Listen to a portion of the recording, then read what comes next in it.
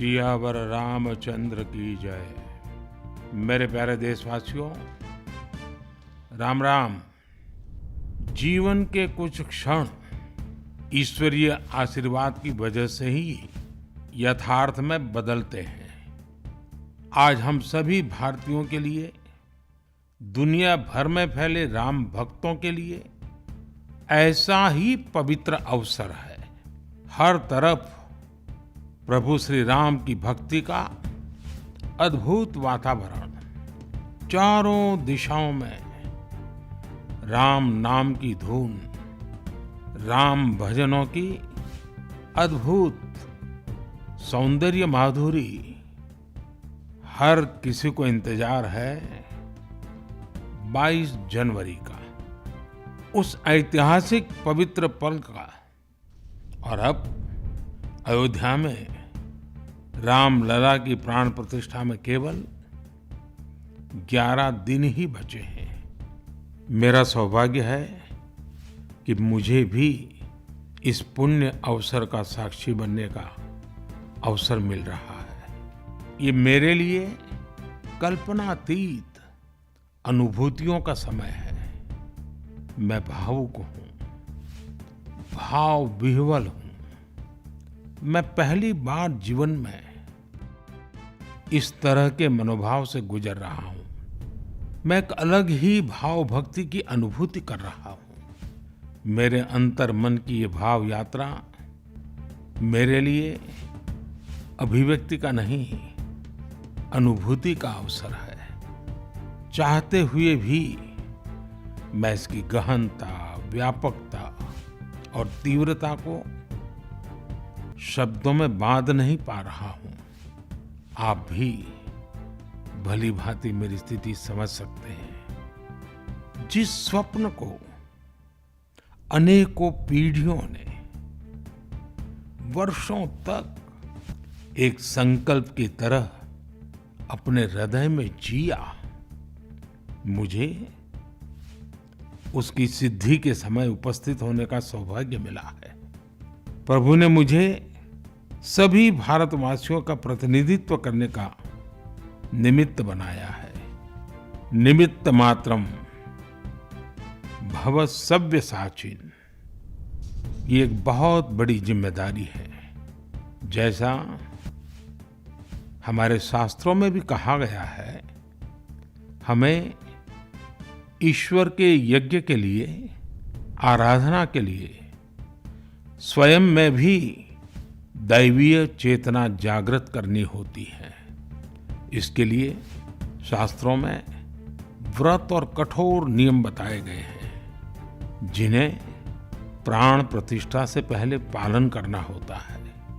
इसलिए आध्यात्मिक यात्रा की कुछ तपस्वी आत्माओं और महापुरुषों से मुझे जो मार्गदर्शन मिला, उन्होंने जो यम नियम सुझाए हैं, उसके अनुसार मैं आज से 11 दिन का विशेष अनुष्ठान आरंभ कर रहा हूं। इस पवित्र अवसर पर मैं परमात्मा के श्री चरणों में प्रार्थना करता हूं, ऋषियों, मुनियों, तपस्वियों का पुण्य स्मरण करता हूं और जनता जनार्दन, जो ईश्वर का रूप है, उनसे प्रार्थना करता हूं कि आप मुझे आशीर्वाद दें, ताकि मन से, वचन से, कर्म से मेरी तरफ से कोई कमी ना रहे। साथियों, मेरा ये सौभाग्य है कि 11 दिन के अपने अनुष्ठान का आरंभ मैं नासिक धाम पंचवटी से कर रहा हूं। पंचवटी वो पावन धरा है जहां प्रभु श्री राम ने काफी समय बिताया था। और आज मेरे लिए एक सुखद संयोग ये भी है कि आज स्वामी विवेकानंद जी की जन्म जयंती है। ये स्वामी विवेकानंद जी ही तो थे जिन्होंने हजारों वर्षों से आक्रांतित भारत की आत्मा को झकझोरा था। आज वही आत्मविश्वास भव्य राम मंदिर के रूप में हमारी पहचान बनकर सबके सामने है। और सोने पर सुहागा देखिए, आज माता जीजाबाई जी की जन्म जयंती है। माता जीजाबाई जिन्होंने छत्रपति शिवाजी महाराज के रूप में एक महामानव को जन्म दिया था। आज हम अपने भारत को जिस अक्षुण्ण रूप में देख रहे हैं, इसमें माता जीजाबाई जी का बहुत बड़ा योगदान है। और साथियों, जब मैं माता जीजाबाई का पुण्य स्मरण कर रहा हूं, तो सहज रूप से मुझे अपनी माँ की याद आना बहुत स्वाभाविक है। मेरी माँ जीवन के अंत तक माला जपते हुए सीताराम का ही नाम भजा करती थी।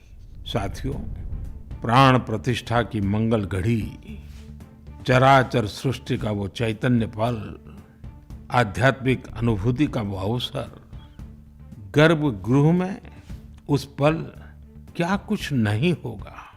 साथियों, शरीर के रूप में तो मैं उस पवित्र पल का साक्षी बनूंगा ही, लेकिन मेरे मन में, मेरे हृदय के हर स्पंदन में 140 करोड़ भारतीय मेरे साथ होंगे।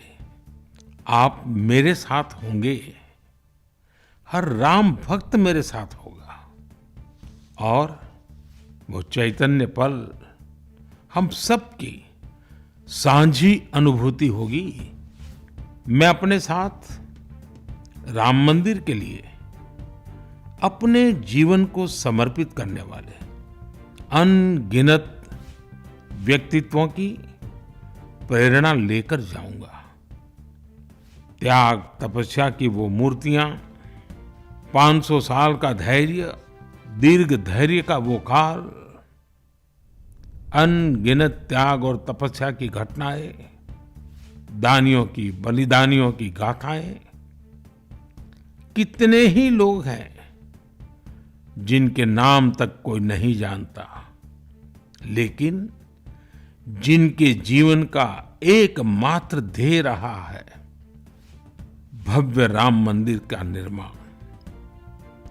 ऐसे असंख्य लोगों की स्मृतियां मेरे साथ होगी।